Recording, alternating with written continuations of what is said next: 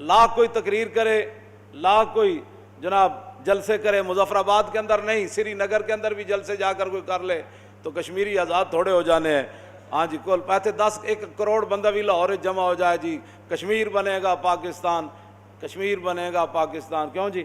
تو تقریر سے تھوڑا کشمیر آزاد ہونا ہے، کشمیر تو اسی دن ہی آزاد ہونا ہے جیسے وہ غنڈے وہاں آئے بیٹھے ہیں، ان غنڈوں کو مارنے کے لیے جب پاکستان داخل ہوگا کہ بھائی اب آیا غوری، بس اب آیا خالد ٹینک، اب آیا درار ٹینک، اب آیا جناب پیچھے فرشتے اللہ کی مدد کرنے کے لیے، کیوں جی؟ تو کشمیر تو اس دن ہی آزاد ہوگا۔ بڑا جلسہ کرنے سے نہیں، اس سے بھی بڑا کوئی جلسہ کر لے، پوری دنیا سے مسلمان منگا لے، انڈونیشیا سے بھی منگا لے، ہم نے ایک جلسہ کرنا ہے کشمیر کی آزادی کے لیے، تو کشمیر کی آزادی کے لیے جلسے سے تو کشمیر آزاد نہیں ہوگا، کیوں جی؟ ہاں، کشمیر تو ایسے ہی آزاد ہوگا جیسے میرے آقا و مولا خود بدر میں تشریف لے گئے، بس، کیوں جی؟ کشمیر تو ایسے ہی آزاد ہوگا جیسے غزوہ خندق کے موقع پر جب عمر بن عبد ود جو ہے وہ اپنا گھوڑا ادھر لے آیا اور حالات بڑے سنگین بن گئے، 25,000 کا لشکر خندق کے دہانے آ گیا، خندق کے کنارے آ گیا، خندق کے منہ پر آ گیا، تو اب وہ گنڈے جو ہے وہ سارے اپنے گھوڑ سوار آ گئے کہ اب خندق ہم نے عبور کرنی ہے اور مدینہ پاک پر حملہ کرنا ہے۔ تو پھر مدینہ پاک کا دفاع یہ تو نہیں تھا نا کہ صحابہ وہاں جلسہ شروع کر دیتے، صدیق اکبر کہتے کہ میں تقریر کرنے لگا ہوں، حضرت عمر کہتے نہیں میں کرنے لگا، عثمان غنی کہتے نہیں میں تقریر کرنی، مولا علی کہتے فرماتے نہیں میں تقریر کرنی، حضرت بلال فرماتے کہ بھائی میں جو ہے وہ تقریر کرنی ہے۔ ایسے وہاں نہیں بات تھی، بلکہ رسول اللہ خود تلوار پکڑ کر وہاں کھڑے ہو، کیوں جی؟ حضور اپنی تلوار پکڑ کر خندق کے کنارے کھڑے ہو گئے اور 25,000 کا لشکر سامنے کھڑا، اور حضور خود ایسے کھڑے ہو گئے تلوار پکڑ کے، فرمایا آؤ۔ 1,00,000 فوج رومی لے آئے تبوک کے مقام پر، 1200 میل تھا مدینہ منورہ سے، 1200 میل، 1200 کلومیٹر نہیں، 1200 میل، تو وہاں 1,00,000 فوج نبی علیہ السلام کو صحابہ نے عرض کی کہ حضور وہ تو فوج لے آیا اور مدینہ پاک پر حملہ کرنے کے لیے وہ تیاری کر رہا ہے، 1,00,000 فوج۔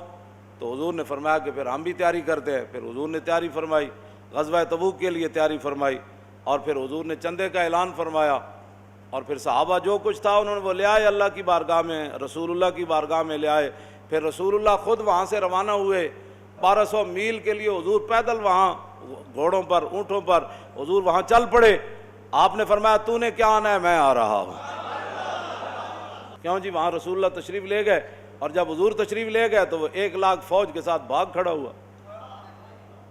کوئی چلے تو صحیح نا، وہ حقوق انسانیت کی تنظیمیں اعلان کر رہی ہیں مودی سے کہ کرفیو اٹھا لو، مودی نے کرفیو ایسے اٹھانا ہے؟ ہندو دی بودی جڑی ہے نا، ہندو دی بودی تے لٹ جڑی ہے، یہ اگر اتنی آسانی نال سدھی ہو سکتی تو پھر محمود غزنوی 17 واری حملے نہیں سن کرنے نا۔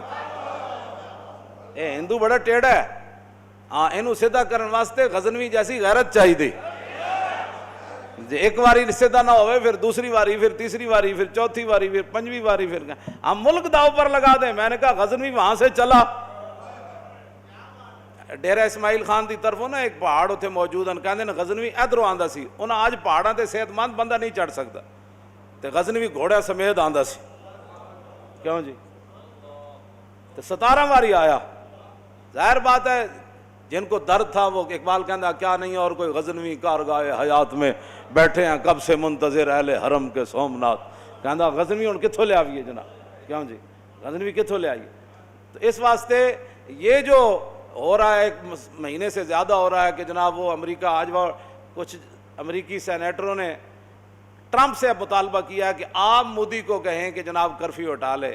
ٹرمپ پاگل کا بچہ ہے، اس نے کہنا ہے، جو خود اس کو جناب شاہ دے رہا ہے، وہ پیچھے اس کے کھڑا ہے، کہنا ہے شابہ میں ادھر عراق تے شام وچ تباہی مچائی ہوئی، تو کشمیر رہ گئے سی، تو اتنے تباہی مچا، اگے پھر پاکستان کھڑیا۔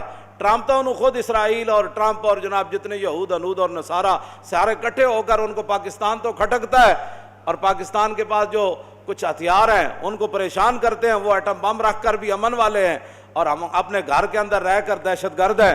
مسجدوں کے سپیکر آذان ہونے سے دہشت گردی جب پیدا ہو گئی تھی، تمہیں کس نے کہا تھا کہ ان کی باتوں کو مان کر مسجدوں سے سپیکر اتارو؟ تم نے تو اللہ اکبر کو دہشت گردی قرار دیا، چار طرف اذان دینے والے کو تم نے، علماء کو اور مؤذنین کو پر پرچے کاٹے، لاکھ لاکھ روپے 25-25 ہزار تم نے جرمانے کیے، اور جو اللہ کے گھر میں جن کی گردنیں قیامت والے دن بھی مؤذن کی گردن سب سے اونچی ہوگی. ہاں جی، جب میدان معاشر میں لوگ ہوں گے نا تو مؤذن کی گردن سب سے اونچی ہوگی، تو بتایا جائے گا کہ یہ وہ بندہ ہے جس نے دنیا میں اللہ کا نام بلند کیا تھا. جن کی گردنیں قیامت والے دن بھی بلند ہوگی. کیوں جناب؟ آپ نے ان کو ہتھکڑیاں لگا کر کوٹوں میں پیش کیا، جی یہ مؤذن ہے جی. کیوں جی؟ کہتے ہیں جی اس نے چاروں طرف اذان پڑھی تھی. جب تم نے اذانوں کو اور درود شریف کو اور محفل میلاد کو اور تاجدار ختم نبوت کے جلسے کو اور لبیک یا رسول اللہ کے نعرے کو دہشت گرد قرار دیا، تو آج جاؤ نا امن کی بات کرو، وہاں سے ٹرمپ کو سمجھاؤ نا. کس نے کہا تھا یہود ہنود کی جنٹیاں کرو؟ کیوں جی؟ وہ جب تمہارے یار نہیں ہو سکتے، تمہارے دوست نہیں ہو سکتے، تو تم نے یار ان کو بنایا کیوں؟ ہاں جی، وہ سورہ انفال اور توبہ تو وہ نکال گیا پرویز مشرف. ہاں جی، جہاں سے بچے مجاہد پیدا ہوتے تھے محمد بن قاسم پیدا ہوتے تھے. کیوں جی؟ جوانے خوش گلے رنگیں کلاہے، نگاہ اونچوں شیراں بے پناہے. ہاں جی، اقبال کہندا مسلمان ایڈے ایڈے شیر جڑے. کیوں جی؟ کرک دے قلعے ہوتے صرف صلاح الدین ایوبی تے نور الدین جفا پا کے جدو ملے سن نا خالی کہ صلاح الدین مصر واپس جان لگا تے دوویں مجاہد جدو جفا پا کے ملے سن نا کر کے تے کرک دے قلعے ہوتے صلیبی اور عیسائی فوجی یہ منظر ویکھ کے کئی جناب انہاں دے ہارٹ اٹیک ہو گئے اور مر گئے سن. انہاں کہا اتنے وڈے تے اتنے سونے تے اتنے جناب روب تے دبدبے والے مسلمان ہوندے. ہاں جی،